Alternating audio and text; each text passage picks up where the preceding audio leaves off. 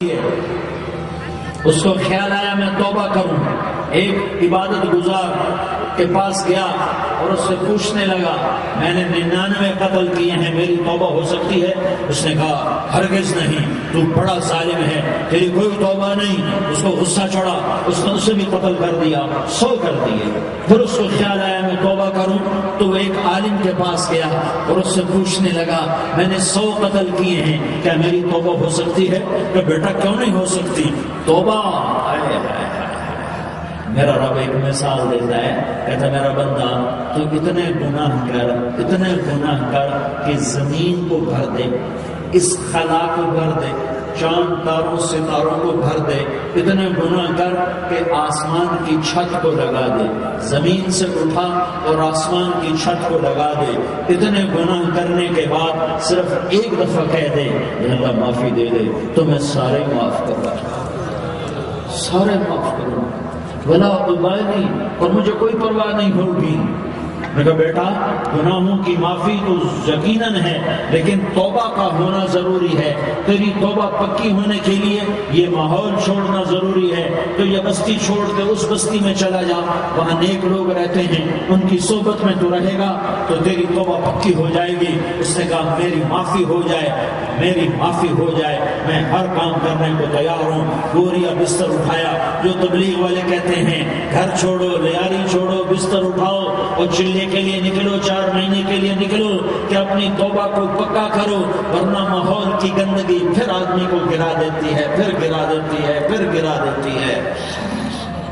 وہ نکلا، راستے میں موت آئی. جب موت نے جھٹکا دیا تو اس نے چھلانگ لگائی اس نیک لوگوں کی بس کی طرف. وہ ایسے گرا، اس کے ہاتھ آگے، ہاتھ اس کے آگے اور پورا جسم ایسے آگے پھیلا ہوا. اللہ تعالیٰ نے لیاری والوں کو قصہ سنانا تھا تو دونوں فرشتے بھیج دیے. جنت کا بھی آ گیا، جہنم کا بھی آ گیا. جہنم والے کہنے لگے مجرم ہے، ہتھ کڑی لگاؤ. جنت والے کہنے لگے مہمان ہے، سہرے پہناؤ. جہنم والے کہنے لگے توبہ ادھوری ہے، ابھی توبہ پکی نہیں ہے، ابھی نیک لوگوں کے شہر کو پہنچا ہی نہیں ہے کہ موت آ گئی. اور جنت کے میں کہنے لگے نہیں نہیں نہیں، توبہ ارادے سے ہو جاتی ہے، ارادہ کر لیا توبہ ہو گئی، ہمارا مہمان ہے. اللہ نے تیسرا فرشتہ بھیجا، جاؤ فیصلہ کرو. کیا فیصلہ کرو؟ وہ یہاں مرا پڑا ہے، یہ اس کی بستی ہے، یہ نیک لوگوں کی بستی ہے، وہ یہاں مرا پڑا تھا. اللہ تعالیٰ نے کہا فیصلہ کیا کرتا ہوں کہ یہ فاصلہ ناپو، اگر گھر کے قریب ہے تو دوزخ والے لے جاؤ، اگر نیک لوگوں کی بستی کے قریب ہے تو جنت والے لے جاؤ. یہ میرا فیصلہ ہے. ہائے ہائے واہ میرا رب، میں تیرے قربان. ہوا کیا تھا؟ وہ گھر کے قریب تھا اور نیک لوگوں کی بستی سے دور تھا. جب ناپنے لگے تو اللہ تعالیٰ نے ادھر والی زمین سے کہا جو نیک لوگوں کی بستی کی طرف سے تھی، اللہ تعالیٰ نے اس زمین سے کہا سکڑ جا. اور جو گھر والی زمین تھی اس کو کہا پھیل جا. ادھر کی زمین کو پھیلا دیا اور ادھر کی زمین کو سکیڑ دیا. جب ناپا گیا تو وہ نیک لوگوں کی بستی کے قریب ہوا. اللہ نے کہا لے جاؤ جنت میں، ہم نے معاف کر دیا. اور یہ تو بنو اسرائیل کا آدمی ہے، ہم تو محمد مصطفیٰ صلی اللہ علیہ وسلم کے امتی ہیں. ایک بنو اسرائیل کا آدمی، اس کا نام تھا کفل، اور روزانہ رات کو نئی لڑکی اس کے پہلو میں آتی. شراب کا دور چلتا اور زنا کا سے منہ کالا کرتا. ایک رات ایک لڑکی کو 60 دینار دے کر لایا. 60 دینار کوئی 10 لاکھ روپیہ بنتا ہے. کیا مال تھا کہ ایک رات کا 10 لاکھ دے کر آیا. جب کمرے میں داخل ہوا تو وہ لڑکی رو رہی تھی. تو کفل نے پوچھا کیوں رو رہی ہو؟ میں نے زبردستی تو نہیں کیا. تو اس نے روتے ہوئے کہا کفل میں پیشہ ور عورت نہیں ہوں، میں عزت دار عورت ہوں، مجھے بھوک نے یہاں تک پہنچایا ہے.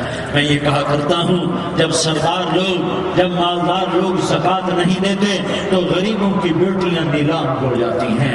مالداروں سے کہتا ہوں، ان سرداروں سے کہتا ہوں کہ اللہ کے نام پر دیا کرو کہ غریبوں کی بیٹیوں کی عزتیں بحال رہیں. تو کفل نے جب دیکھا اور جب سنا، آنسو کو دیکھا اور اس کی بات کو سنا تو وہ اس کا وحشی دل، پتھر دل، کیا آنسو نے کام کیا تو وہ رونے لگا.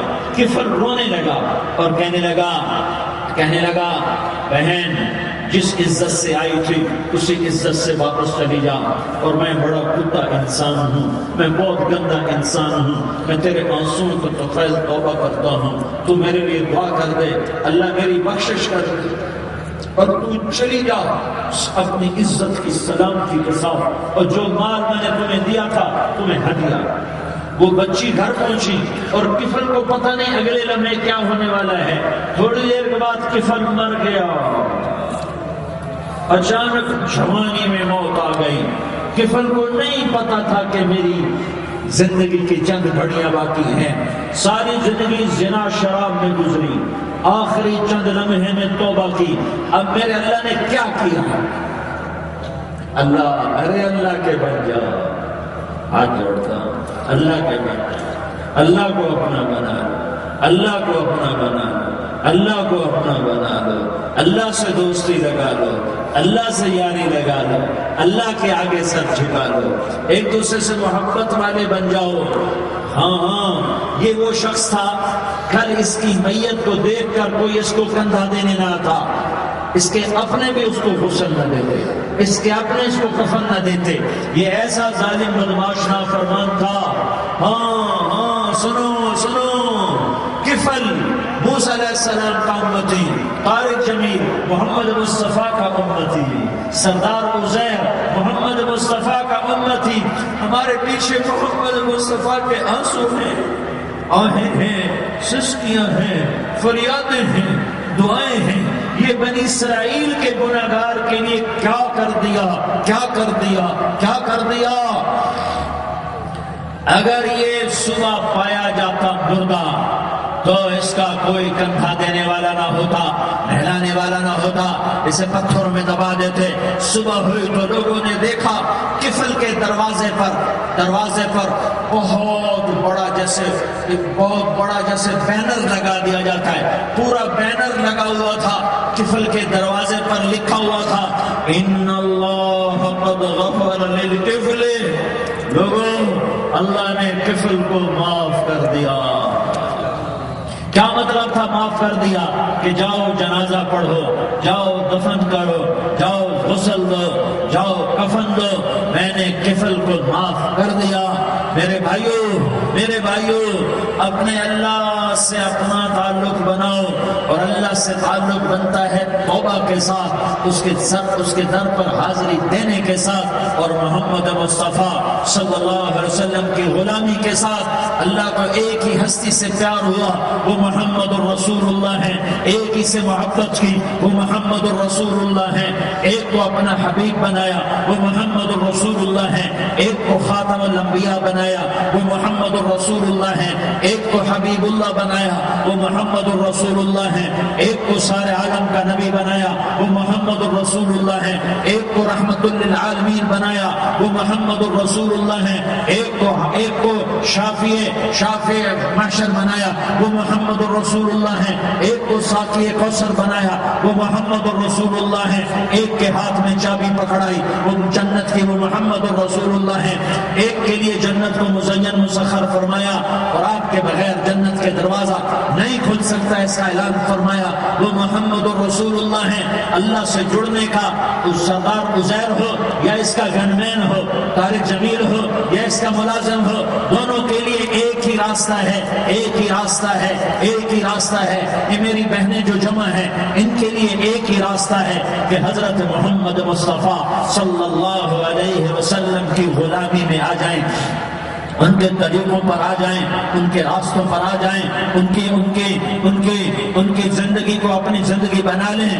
میرے نبی کی زندگی محفوظ ہے، یہ کائنات کا سب سے افضل، سب سے اعلیٰ، سب سے برتر، سب سے اجمل، سب سے اکمل، سب سے ابہا، سب سے انور، سب سے اتم، سب سے اجل، سب سے آدم، سب سے احسن، سب سے انور، سب سے کمال والا، جمال والا، حسن والا، محمد بن عبداللہ بن عبد المطلب بن ہاشم بن عبد مناف بن قصی بن کلاب بن مرہ بن کعب بن لوی بن غالب بن فہر بن مالک بن نضر بن کنانہ بن خزیمہ بن مدرکہ بن الیاس بن مضر بن نزار بن معد بن عدنان بن اود بن حمید قبیصہ بن سلامان